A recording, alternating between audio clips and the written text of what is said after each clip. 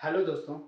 Class 12th की physics में इस समय हम सब लोग प्रकाश के अपवर्तन के आंकिक प्रश्न को सॉल्व कर रहे हैं बालाजी प्रकाशन से।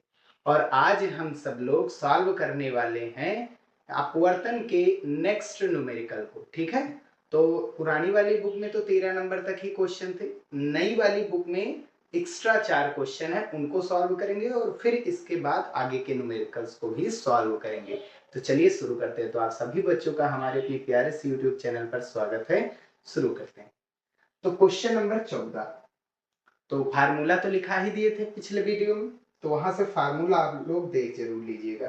ठीक है, इसलिए क्वेश्चन जैसे ही हम स्टार्ट करते हैं कोई भी न्यूमेरिकल, तो सबसे पहले हम फार्मूले को लिखाते हैं कि उस चैप्टर में कौन कौन से फार्मूले का रिपीट होने वाले हैं, वो चीज लिखाते हैं। तो क्वेश्चन नंबर हम सब लोग देखेंगे 14 नंबर। क्या कह रहा है? एक प्रकाश किरण निर्वात से इन अपवर्तनांक वाले माध्यम में जाती है। यदि आपतन कोण अपवर्तन कोण का 2 गुना हो तो अपवर्तन कोण का मान n के पदों में ज्ञात कीजिए। एक इंपॉर्टेंट क्वेश्चन है, बोर्ड एग्जाम में एक एक नंबर में पूछे जाते हैं ये सभी क्वेश्चन। ठीक है, तो ये चीज याद रखिए, इंपॉर्टेंट क्वेश्चन बोर्ड एग्जाम में कई बार पूछे गए हैं, एक एक नंबर में बहुविकल्पीय क्वेश्चन में। तो प्रकाश निर्वात से कहा जा रहा है किसी n अपवर्तनांक वाले माध्यम में। तो यहां से n1 बराबर n1, क्योंकि हमने बात की है निर्वात की, निर्वात के लिए निर्वात का अपवर्तनांक कितना होता है 1। और n2 को कितना नाम दिया गया है? भाई प्रकाश कहां से जा रहा है? निर्वात यानी जिसका अपवर्तनांक n1, कहां से जा रहा है? n2 में। जहां को जा रहा है उसका अपवर्तनांक n2, जहां से आ रहा है उसका अपवर्तनांक n1। निर्वात का अपवर्तनांक 1 होता है, n2 का अपवर्तनांक दूसरे माध्यम का अपवर्तनांक n दिया गया है, I बराबर 2r दिया गया है, r का मान निकालना है। तो स्नेल का नियम लगाएंगे, n2 अपान n1 बराबर, यही तो स्नेल का नियम, sine I upon sine r। ठीक, प्रकाश n2 को जा रहा है तो उसका अपवर्तनांक ऊपर, कहां से आ रहा है? n1 से, उसका अपवर्तनांक नीचे। और वैल्यू डालेंगे अगर हम, तो कितना आ जाएगा? n2 की वैल्यू कितनी है n, n1 की वैल्यू कितनी है 1। ठीक है यार, तो साइन I की वैल्यू कितनी है 2r upon sine r। Formula लगाएंगे, साइन 2r का क्या होता है 2 sine r into cos r, और अपान में कितना है साइन r। साइन r से साइन r कैंसिल, इधर कितना बचा n, हमको r चाहिए, तो कॉस r की वैल्यू कितनी हो जाएगी? ये 2 बटे में चला जाएगा n, और r की वैल्यू अगर निकालेंगे तो कॉस इधर आएगा, इनवर्स में हो जाएगा, कॉस इनवर्स n अपॉन 2, ये बन जाएगा इसका आंसर। ठीक भैया, साइन 2 थीटा का फार्मूला होता है 2 sine theta into cos theta. Theta की जगह पर कितना है r, तो 2 sine r into cos r। ठीक है, ये इसका आंसर हो जाएगा। नेक्स्ट जो क्वेश्चन है बिल्कुल सेम यही चीज है, उसमें केवल हमको निकालना क्या है I का मान, इसमें R निकालना था। तो कह रहा है एक प्रकाश किरण निर्वात से n अपवर्तनांक वाले माध्यम से गुजरती है यदि आपतन कोण अपवर्तन कोण का 2 गुना है, बिल्कुल ऊपर जैसा। तो आपतन कोण का मान ज्ञात कीजिए। इसमें आपतन कोण का मान भी ज्ञात करना है, यानी I का मान ज्ञात करना है। सेम वही पैटर्न लगाएंगे, n2 बटा n1 बराबर sine I upon sine r, Snell का नियम। तो n2 का मान कितना है भैया? निर्वात का अपवर्तनांक 1, n2 वो माध्यम का अपवर्तनांक जहां प्रकाश जा रहा है उसका नाम दिया गया है n बटे 1। साइन I की जगह पर I नहीं है, अब की बार हमको r चाहिए, तो I इक्वल्स टू कितना दिया गया है? I r का 2 गुना, यानी r इक्वल्स टू निकालेंगे तो कितना आ जाएगा I/2। भाई हमको r निकालना था तो हमने I गायब किया, अब हमको I निकालना है तो हम r गायब करेंगे, यहां से I गायब किया r के रूप में, यहां से अब r गायब करेंगे I के रूप में, साइन I, और अपॉन में कितना हो जाएगा r की वैल्यू साइन I/2। अब यहाँ पर हाफ एंगल का फार्मूला लगेगा, जैसे यहाँ पर देखो 2r था, 2 यहाँ पर I है, तो इसको हम क्या लिख सकते हैं हाफ एंगल। बात समझिए, यहाँ पर कैसे एक फार्मूला होता है, ये साइन 2 थीटा बराबर होता है 2 sine theta into cos theta. ठीक, अगर यहाँ 2 थीटा था तो देखो कितना आया थीटा थीटा। अगर हाफ एंगल लिया जाए 2 थीटा की जगह पर कितना रखा जाए? केवल थीटा, 2 थीटा की जगह पर कितना डाला जाए, केवल थीटा डाला जाए।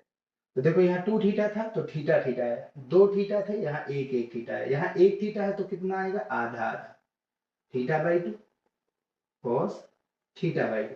आप चाहे तो यहाँ पर 2 से गुणा 2 से भाग लगा सकते हैं, तो साइन 2 थीटा, अब की बार थीटा की वैल्यू कितनी, थीटा बाई 2, साइन 2 थीटा बराबर 2 sine theta into cos theta, theta की जगह पर थीटा बाई 2 वैल्यू डालेंगे तो ये 2 sine I by 2 cos I by 2,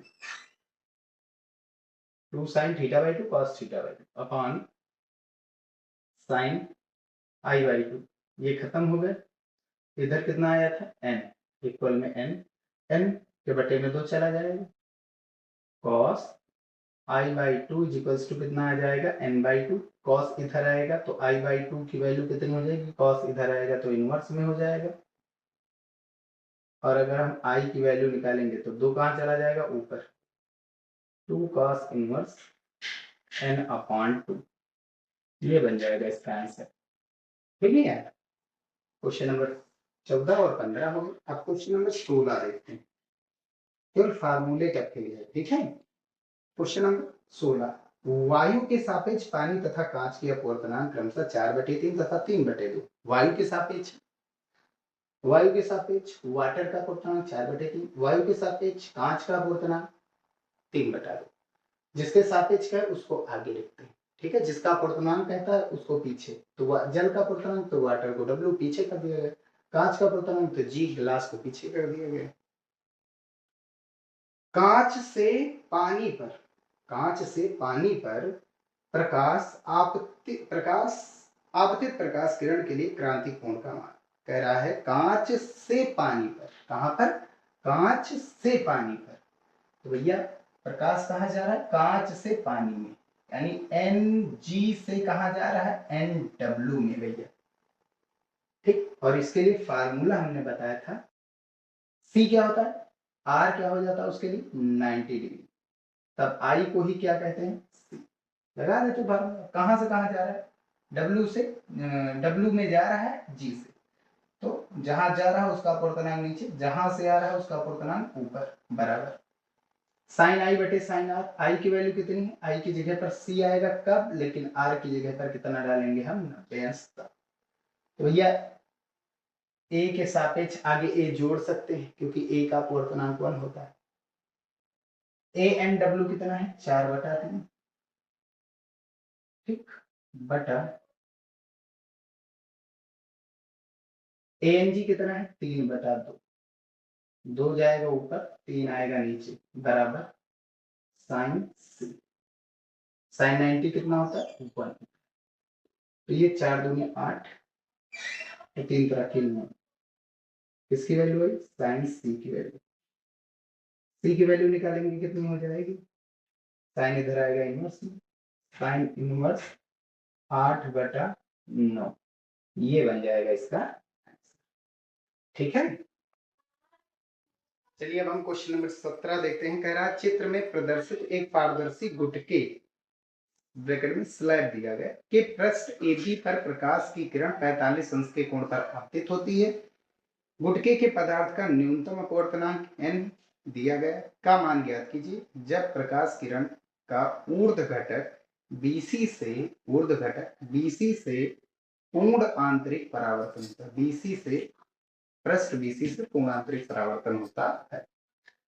तो क्वेश्चन में थोड़ा सा चेंज है कि ABCD है, यहाँ पर C और D जो है वो आपस में मिक्स हो गया, इधर उधर कर दिया गया, तो इसको C को इधर रखा गया और D को इधर रखा गया। ABCD एक आयताकार गुटका दिया गया, यहाँ से 45 अंश के कोण पर प्रकाश किरण आपतित होती है, यानी आपतन कोण हो गया, और बाहर का माध्यम हम विरल मान रहे, अंदर का माध्यम सघन क्यों मान रहे हैं वो अभी आपको हम बताएंगे। ठीक है, तो यहाँ का माध्यम विरल, विरल के रूप में हमने वायु लिया क्योंकि हमें जिक्र नहीं कराया गया कि बाहर का माध्यम कैसा है, बस अंदर के माध्यम को दिया गया कितना है अपवर्तनांक, जिसका n है।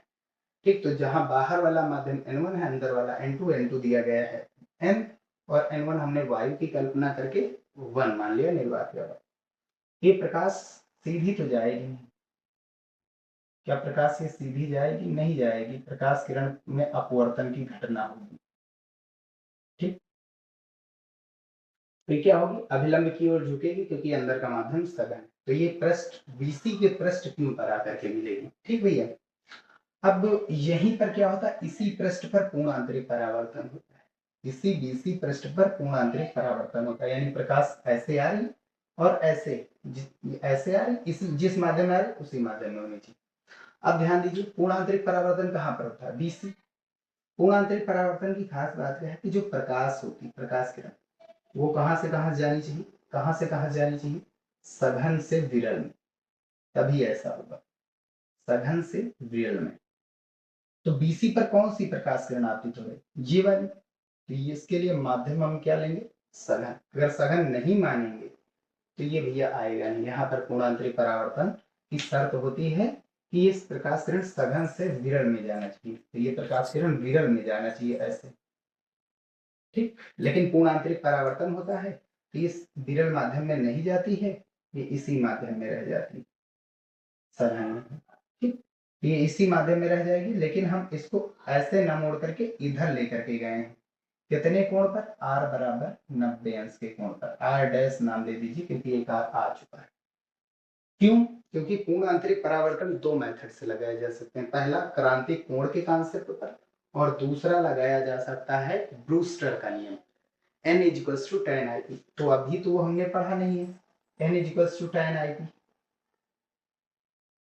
ठीक। ये तो अभी पढ़ा नहीं है, ये तो प्रकाश के ध्रुवण में पढ़ेंगे जब तरंग सिद्धांत का लास्ट चैप्टर आएगा। तो हम इसीलिए क्रांति कोण का सहारा ले रहे हैं। क्रांति कोण मतलब तब लगेगा जब ये r का मान कितना हो जाए, जब किसी विशेष स्थिति में, क्रांति कोण क्या होता है, अभियन होता है, जब किसी विशेष स्थिति में r का मान 90 अंश हो जाए, ये r हो गया ना, 90 अंश हो जाए, तो आई को ही क्या कहते हैं, सी कहते हैं, क्रांति कोण। ये हमने 90 अंश रख दिया, आई को ही क्या कहेंगे, सी। ये आपकी तो है, तो ये क्रांति कोण, ठीक। इसको और इसको आपस में मिला गया, ये इसका अभिलंब है, ये इसका अभिलंब है, मिलाएंगे तो कितने अंश के कोण पर काटेंगे, 90 अंश के कोण पर। तो यहाँ से हम आर और सी में रिलेशन निकाल रहे हैं, पी क्यू एन, ये समकोण त्रिभुज है।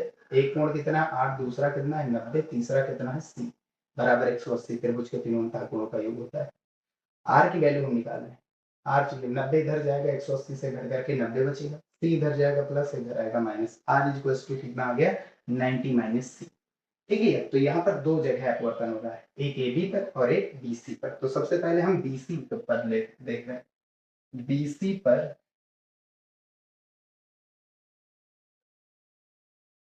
पृष्ठ बी सी है, यहाँ पर फार्मूला लगाएंगे। कौन सा, एक फार्मूला होता है क्रांति कोण का, n equals to 1/sin c। क्रांति कोण और अपवर्तनांक में समय, प्रकाश कहाँ जा रहा है, ये इसमें, ये प्रकाश सघन माध्यम का अपवर्तनांक। तो साइन सी की वैल्यू अगर निकालेंगे कितना आ जाएगा, इन दोनों को आपस में बदलेंगे, 1/n इक्वेशन नंबर फर्स्ट। अब हम क्या करेंगे, ए बी पर स्नेल करेंगे, पृष्ठ ए बी पर स्नेल नियम,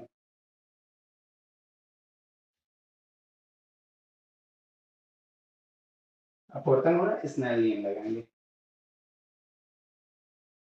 क्या होता है, जहां को प्रकाश से आता है उसका अपवर्तनांक, जहां से आता है उसका अपवर्तनांक, बराबर साइन आई बटे साइन आर। प्रकाश कहाँ को जा रहा है, सघन में, कहाँ से आ रहा है, विरल में। अपवर्तनांक डाल देंगे, n2 कितना है, n दिया गया है, n1 कितना है 1 वायु के लिए, बराबर साइन आई कितना है भैया 45 बटे साइन आर, आर कितना दिया गया है, आर कितना दिया गया है 90 माइनस,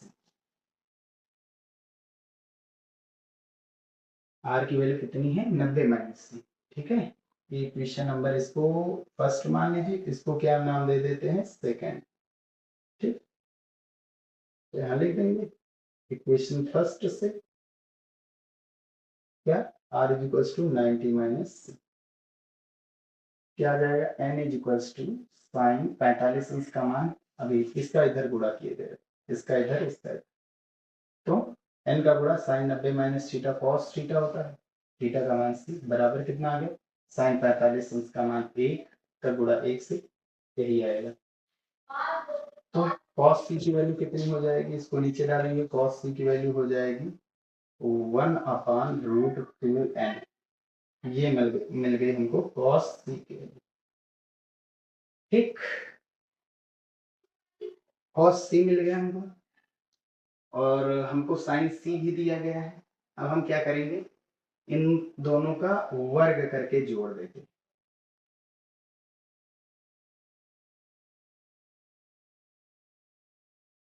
इक्वेशन फर्स्ट का सेकंड है और इक्वेशन ये है थर्ड। वर्ग करके जोड़ दो, साइन स्क्वायर सी कॉस स्क्वायर सी 1 हो जाएगा जोड़ करके। तो इसका वर्ग करेंगे LHS में, तो साइन स्क्वायर सी प्लस इसका LHS कितना है cos square C is equals to इसका RHS वर्ग करो 1/n का होल स्क्वायर, फिर प्लस 3 का वर्ग करना 1/√2n का होल स्क्वायर। इसका मान कितना होता है, ये कितना हो जाएगा 1/n स्क्वायर और ये कितना हो जाएगा 1/2n स्क्वायर। इसका 2 से गुणा 2 से भाग। अब इसका एलसीएम कितना हो जाएगा, यहाँ 2n स्क्वायर, यहाँ 2n स्क्वायर 2n स्क्वायर और यहाँ 2 एकम 2 प्लस यहाँ कितना है 1 बराबर 1। तो क्या करेंगे, इसका इधर गुणा कराएंगे, 2n स्क्वायर बराबर कितना आ गया 2 और 1 3, n स्क्वायर बराबर 3/2, स्क्वायर हटाएंगे रूट लग जाएगा, n की वैल्यू √3/2, ये बन जाएगा इसका आंसर। ठीक है।